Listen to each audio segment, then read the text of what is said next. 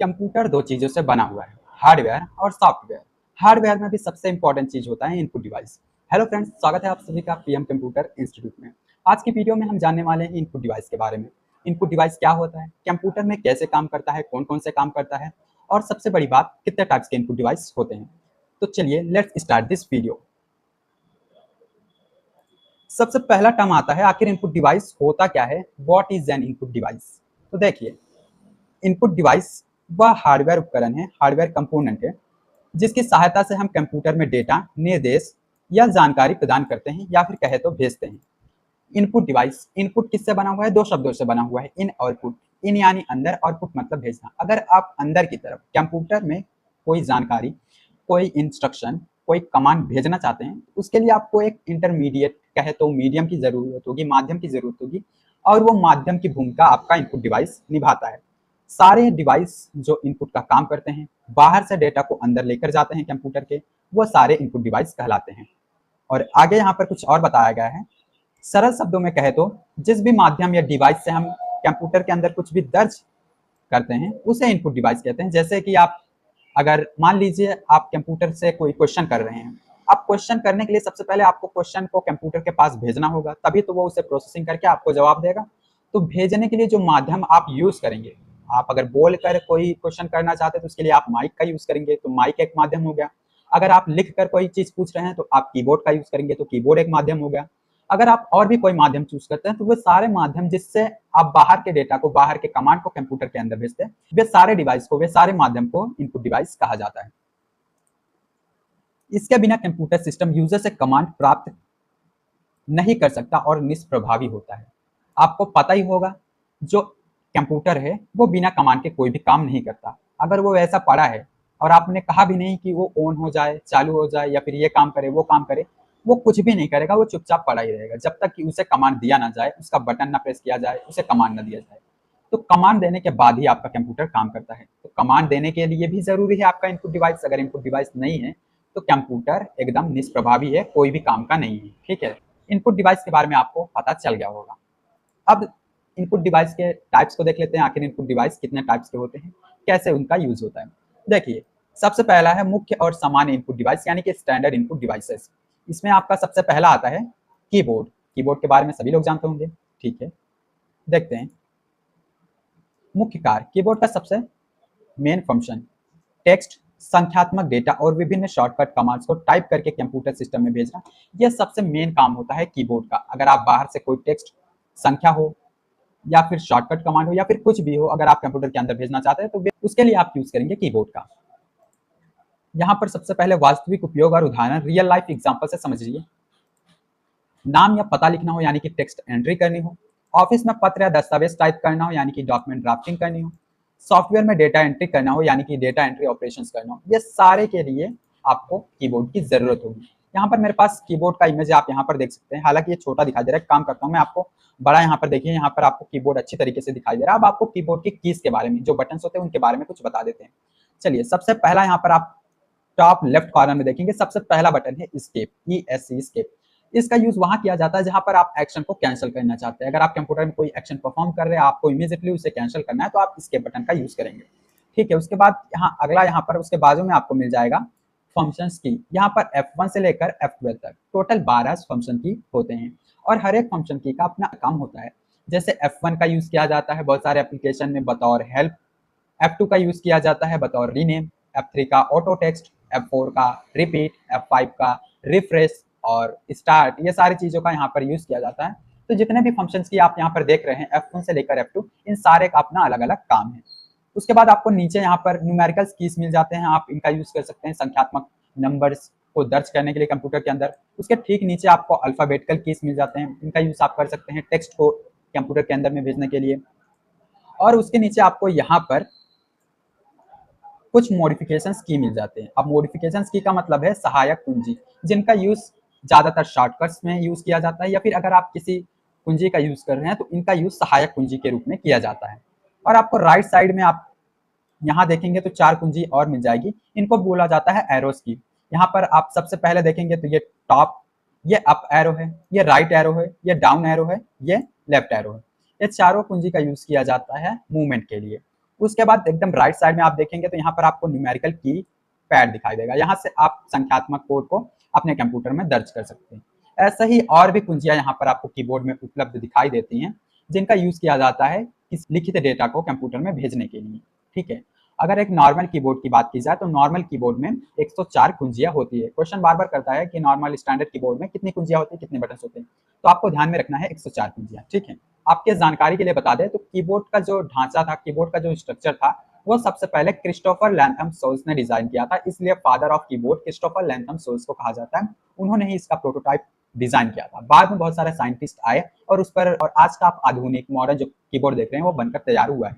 उसके बाद दूसरा इनपुट डिवाइस है माउस। माउस के बारे में भी आप सभी भली भांति परिचित होंगे। मुख्य कार्य की बात की जाए तो यह एक पॉइंटिंग डिवाइस है। पॉइंटिंग डिवाइस का मतलब कि इसमें आप पॉइंटर देखते होंगे। अगर आप ग्राफिकल यूजर इंटरफेस का यूज कर रहे हैं तो आप माउस का यूज जरूर करते होंगे। आप पॉइंट करने के लिए इसका यूज करते होंगे। ठीक है, जो स्क्रीन पर कर्सर या पॉइंटर के मूवमेंट को नियंत्रित करता है और क्लिक करने की सुविधा देता है। ठीक है, उसके बाद वास्तविक उपयोग या उदाहरण यानी कि रियल लाइफ एग्जांपल्स की बात की जाए तो डबल क्लिक करके कोई फाइल ओपन करना हो या फिर फोल्डर खोलना हो तो माउस का यूज किया जाता है। स्क्रीन पर किसी विशेष आइकन या विकल्प को चुनना हो तो माउस का यूज किया जाता है।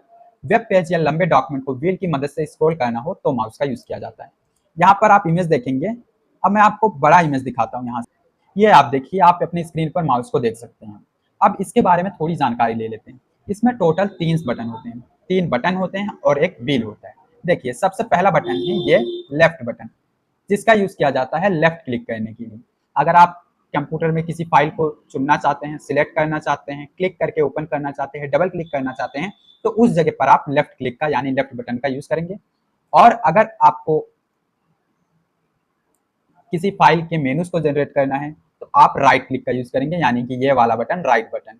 और एक बटन ये बीच में होता है जो माउस व्हील की तरह दिखाई दे रहा है, ये भी एक बटन का काम करता है। अगर आप इस पर प्रेस करेंगे तो आप बतौर इस माउस व्हील का यूज बतौर बटन भी होता है और व्हील की तरह भी होता है।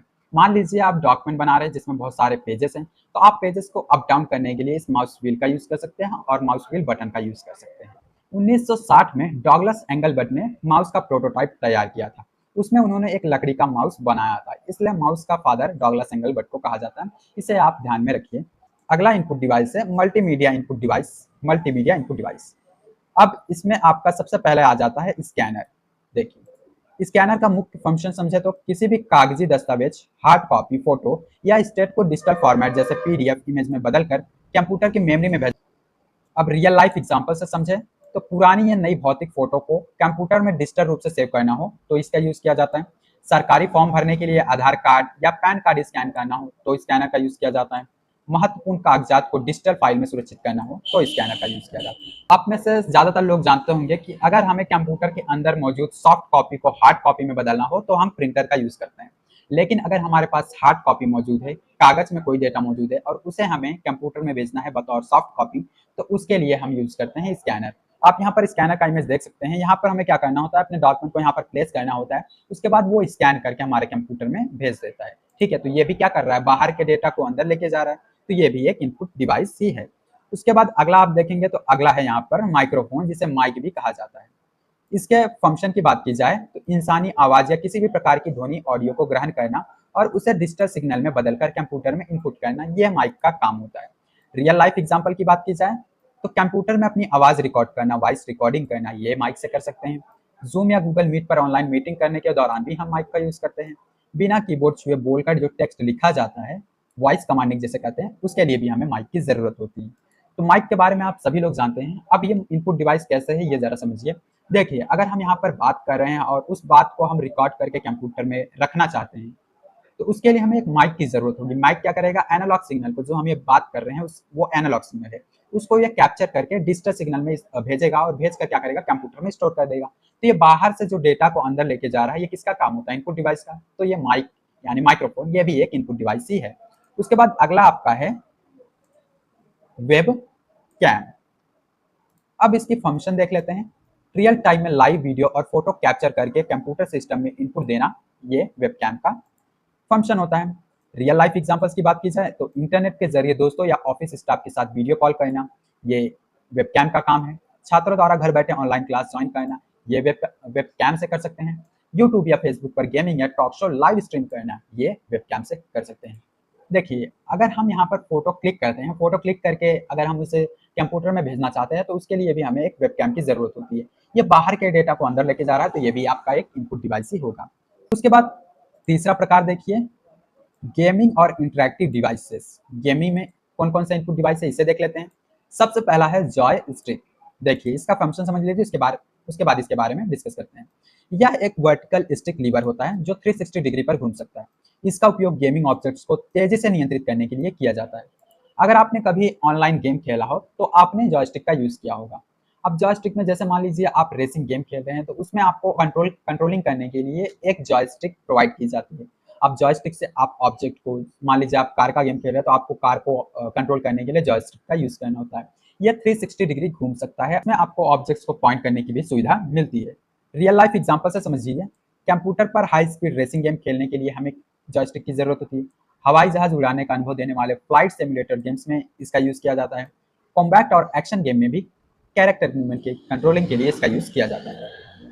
ये आप इमेज देख सकते हैं जॉयस्टिक का, यहाँ पर आपको हैंडल मिल जाता है। इसी हैंडल का यूज करके आप ऑब्जेक्ट को मूव करते हैं। उसके बाद अगला इनपुट डिवाइस है टच स्क्रीन। अब टच स्क्रीन का सबसे पहले तो फंक्शन देख लीजिए। बिना किसी अतिरिक्त माउस या कीबोर्ड के सीधे अपने उंगलियों या स्टाइलस के स्पर्श से कंप्यूटर डिस्प्ले पर निर्देश देना, यह टच स्क्रीन का फंक्शन है। अब टच स्क्रीन के बारे में आपको बताने की कोई जरूरत तो है नहीं, आप सभी लोग स्मार्टफोन यूज करते होंगे, टैबलेट यूज करते होंगे, तो वे सारे क्या है, वे टच स्क्रीन डिस्प्ले प्रोवाइड करते हैं। आप अपनी उंगलियों की मदद से उसमें जो भी इनपुट होता है, बाहर से जो इनपुट होता है वो अंदर की तरफ आप भेज देते हैं, तो वो भी आपका एक इनपुट डिवाइस है। एक बात का और ध्यान रखें, जो टच स्क्रीन होता है वो इनपुट डिवाइस का काम तो करता है, साथ साथ वो आउटपुट डिवाइस का भी काम करता है। जब आप वहां से इनपुट दे रहे हैं तो वहां से ही आपका आउटपुट भी बाहर आ रहा है। तो अगर क्वेश्चन कभी आए कि कौन सा डिवाइस इनपुट और आउटपुट दोनों का काम करता है, तो वो आपका आंसर होगा टच स्क्रीन। ठीक है, अगला इनपुट डिवाइस देख लेते हैं, लाइट पेन। इसके फंक्शन की बात की जाए तो यह एक प्रकाश संवेदनशील पेन जैसा डिवाइस होता है, जिससे स्क्रीन पर सीधे रेखाएं खींची जा सकती हैं या ग्राफिक्स बनाए जाते हैं। आप लोगों ने देखा होगा, अगर हमें स्क्रीन पर साइनिंग करना हो, डिजिटल सिग्नेचर करना हो, तो हम स्टाइलस का यूज करते हैं। बहुत सारे आजकल के स्मार्टफोन आ रहे हैं जिसमें आपको स्टाइलस मिलता है। स्टाइलस का यूज हम बतौर पॉइंटिंग कर सकते हैं। अब रियल लाइफ एग्जांपल की बात की जाए तो डिजिटल स्क्रीन पर सीधे स्केच या ड्राइंग बनाना, इंजीनियर्स और डिजाइनर्स द्वारा कैट यानी कि कंप्यूटर एडेड डिजाइन टूल्स पर काम करना, ये सारे कामों के लिए हमें स्टाइलस की जरूरत होती है। आप यहाँ इमेज में देख सकते हैं, ये स्टाइलस है जिसका यूज करके यहाँ स्क्रीन पर ग्राफिक्स या फिर कहें तो डिजाइनिंग बनाई जा रही है। उसके बाद अगला प्रकार है विशेष स्कैनिंग और डेटा रीडर डिवाइसेस। इसमें आपका सबसे पहला आ जाता है बारकोड रीडर। बारकोड रीडर भी एक इनपुट डिवाइस है। इसके बारे में सबसे पहले फंक्शन समझ लेते हैं। उत्पादों पर छपे हुए बारकोड समांतर काली और सफेद लाइनों को लेजर बीम से पढ़ना और उसकी कोडेड जानकारी कंप्यूटर में भेजना, यह बारकोड का काम है। देखिए, आपने बारकोड को देखा ही होगा, अगर आप शॉपिंग करने गए होंगे शॉपिंग मॉल्स में, तो वहां पर क्या होता है, हर एक चीजों पर टैग लगा होता है, और टैग में आप देखेंगे तो कुछ इस तरीके से यहाँ पर बारकोड लगे होते हैं, और उस बारकोड को अगर स्कैन किया जाए, उसमें जो भी डेटा पड़े होंगे वे डेटा हमें कंप्यूटर मॉनिटर पर दिखाई देते हैं। अब उसे स्कैन करने के लिए जिस डिवाइस का हम यूज करते हैं, उस डिवाइस को बोला जाता है बारकोड रीडर, जो कि इस तरीके से दिखाई देता है।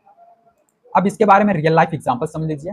सुपरमार्केट या किराना स्टोर में सामानों के तुरंत और सटीक बिलिंग के लिए इस बारकोड रीडर का यूज किया जाता है। मेडिकल स्टोर पर दवाओं का स्टॉक और एक्सपायरी डेट चेक करने के लिए इसका यूज किया जाता है। जो आप बारकोड देख रहे हैं, इस बारकोड में वो चीज से जुड़ी सारी जानकारी होती है, कब बनाया गया था, मैन्युफैक्चरिंग डेट कब है, एक्सपायरी डेट कब है, कौन से कितने कितने पैसे का है, सारी जानकारी इस बारकोड में होता है। और जब बारकोड को इस बारकोड रीडर से स्कैन किया जाता है तो सारी जानकारी आपको मॉनिटर पर दिखाई देती है। उसके बाद अगला है शॉपिंग मॉल में बड़े इन्वेंट्री मैनेजमेंट को संभालना हो तो इसका यूज किया जाता है। अब अगला इनपुट डिवाइस को देख लेते हैं। अगला इनपुट डिवाइस है बायोमेट्रिक डिवाइसेस। देखिए, सबसे पहले इसकी फंक्शन समझ लीजिए। किसी व्यक्ति के यूनिक शारीरिक लक्षण जैसे कि फिंगरप्रिंट, आंखों की पुतलियां या फिर फेस आईडी को स्कैन करके उसकी डिजिटल पहचान सुनिश्चित करने के लिए हम बायोमेट्रिक डिवाइस का यूज करते हैं। अब बायोमेट्रिक डिवाइस तो आजकल बहुत ही प्रचलन में चल रहा है। अगर आप फिंगरप्रिंट सहित स्मार्टफोन का यूज कर रहे हैं तो उसमें आपको बायोमेट्रिक डिवाइस प्रोवाइड की जाती हैं। अगर आप आधार कार्ड बनवाने जाते हैं तो वहाँ पर आपको बायोमेट्रिक देना पड़ता है, जैसे कि फिंगरप्रिंट हो गया, फेस आईडी हो गया, और आपको आइरिस भी देना होता है, जो आई का आइरिस होता है वो भी देना पड़ता है। तो उसके लिए जिस डिवाइस का यूज किया जाता है उसे बायोमेट्रिक डिवाइस कहा जाता है। रियल लाइफ एग्जांपल से समझे तो फिंगरप्रिंट स्कैनर की मदद से फोन या सिस्टम को अनलॉक करना होता है तो हम इससे कर सकते हैं। सरकारी पहचान पत्र जैसे कि आधार कार्ड का डिजिटल सत्यापन करना हो तो इसका यूज किया जाता है। स्कूल, कॉलेज और ऑफिस में कर्मचारियों का डिजिटल अटेंडेंस लगाना हो तो इस डिवाइस का यूज किया जाता है। आप यहाँ पर देख सकते हैं, इसे बोला जाता है बायोमेट्रिक डिवाइस। इसमें जो आप यहाँ पर देख रहे हैं, यहाँ पर क्या करना होता है, यहाँ पर यूजर को अपना फिंगर स्कैन करना पड़ता है। अगला डिवाइस है OCR। OCR का फुल फॉर्म है ऑप्टिकल कैरेक्टर रीडर। फंक्शन के बारे में समझ लीजिए। यह तकनीक किसी भी छपे हुए या हाथ से लिखे हुए अक्षरों को इमेज फॉर्मेट में स्कैन करके एडिटेबल डिजिटल टेक्स्ट में बदल देता है। मान लीजिए आपने हैंड रिटन नोट्स बनाया है और उस नोट को आप चाहते हैं कि स्कैन करके उसे डिजिटल रूप में कंप्यूटर में स्टोर किया जाए, तो उसके लिए आपको एक डिवाइस की जरूरत पड़ती है, जिस डिवाइस का नाम है ऑप्टिकल कैरेक्टर रीडर। ठीक है, अब यहाँ पर देखिए, इसके बारे में रियल लाइफ एग्जांपल से समझिए। पूरी की पूरी प्रिंटेड किताब को स्कैन करके वर्ड फाइल में बदलना हो तो इसका यूज किया जाता है। हाथ से लिखे पुराने नोट्स को डिजिटल टेक्स्ट में कन्वर्ट करना हो तो इसका यूज किया जाता है। यहाँ पर आप देख सकते हैं, इसे बोला जाता है ऑप्टिकल कैरेक्टर रीडर। यहाँ पर आप देखेंगे तो जो ये किताब में लिखा गया टेक्स्ट है वो क्या करेगा, इसे ये स्कैन करके डिजिटल रूप से कंप्यूटर में स्टोर करेगा। तो ये भी बाहर के डेटा को अंदर लेके जा रहा है, तो ये भी आपका एक इनपुट डिवाइस ही है। उसके बाद अगला है OMR, जिसका फुल फॉर्म होता है ऑप्टिकल मार्क रीडर। फंक्शन की बात की जाए तो कागज पर पेन या पेंसिल से बनाए गए गोले या निशानों की उपस्थिति को पहचानना और उसका मूल्यांकन करना, ये OMR का काम होता है। आपने OMR आधारित एग्जाम तो दिया होगा, कुछ सही आपको लगता है, उसमें आप गोले बनाते हैं तो उस ऑप्शन को चेक कैसे किया जाता है, वो चेक किया जाता है इस मशीन से। अब इस मशीन को क्या बोला जाता है, ऑप्टिकल मार्क रीडर। ठीक है, इसमें ही आपका OMR शीट होती है, वो इसमें डाली जाती है और यहाँ से जो भी आंसर होता है ये स्कैन करके कंप्यूटर को बता देता है। अब रियल लाइफ एग्जांपल से समझे तो कंप्यूटर आधारित ट्रिपल परीक्षा का मूल्यांकन करना हो तो इसका यूज किया जाता है।